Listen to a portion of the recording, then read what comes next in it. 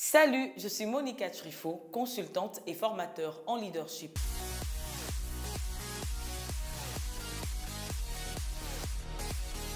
Notre thème du jour est comment développer vos aptitudes pour devenir un leader influent, les talents et les compétences.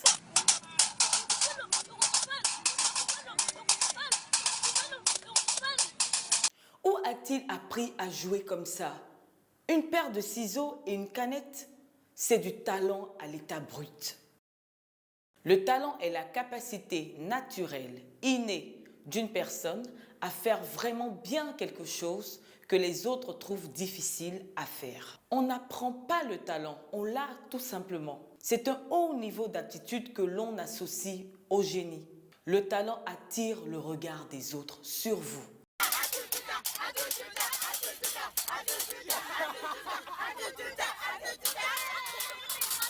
Ce petit est vraiment talentueux.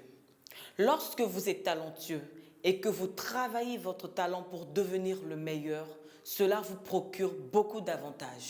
Authenticité. Votre talent vous rend authentique.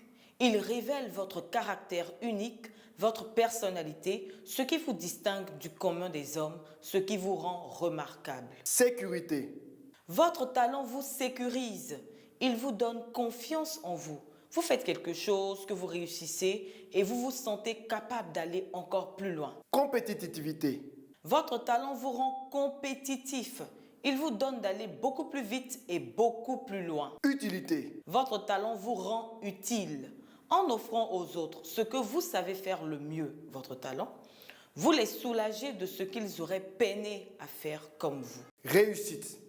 Professionnellement, matériellement, socialement, votre talent garantit votre réussite. Chaque talent peut être rémunéré pourvu que vous le transformiez en produit ou service à forte valeur ajoutée pour autrui. Comment reconnaître son talent? Vos talents se trouvent dans les activités qui vous procurent de la joie, vous stimulent, vous font vibrer, dans lesquelles vous ne voyez pas le temps passer. Vous le feriez tout le temps si l'on le vous permettait. Et dans lesquelles vous réussissez facilement. Vous êtes d'ailleurs fier des choses que vous avez accomplies. Enfin, si vous avez une capacité qui se trouve au croisement des 4 données suivantes dans la zone orange, certainement que c'est un talent pour vous. Premièrement, c'est une activité que j'aime faire. J'y éprouve beaucoup de plaisir. Deuxièmement, c'est une activité que je sais très bien faire. J'y suis habile. Troisièmement, c'est une activité qui est utile pour les gens. Mon club de football, mon club d'anglais, ma famille, mes amis, voilà. Quatrièmement, c'est une activité pour laquelle on m'a déjà donné de l'argent ou on m'a déjà félicité. Alors prenez le temps d'analyser et de trouver vos talents car on peut en avoir plus d'un. Passons maintenant aux compétences. La compétence est une connaissance approfondie, reconnue, qui confère le droit de juger ou de décider en certaines matières. C'est une capacité acquise par la connaissance qui permet à une personne de bien faire quelque chose. Les compétences sont en général liées à un métier. Ce sont des activités qui partent des plus simples aux plus complexes. Par exemple, opérer l'œil d'une personne ou simplement nettoyer le sol. Les compétences que vous maîtrisez vous disposent à un certain type d'activité en milieu de travail. Par exemple, savoir écrire des courriers fera automatiquement penser au secrétariat ou encore savoir faire des calculs avec précision pourra faire penser à la comptabilité. La compétence est une capacité que nous acquérons et que nous développons par l'apprentissage. Vous pouvez maîtriser une compétence au point où elle apparaîtra comme un talent.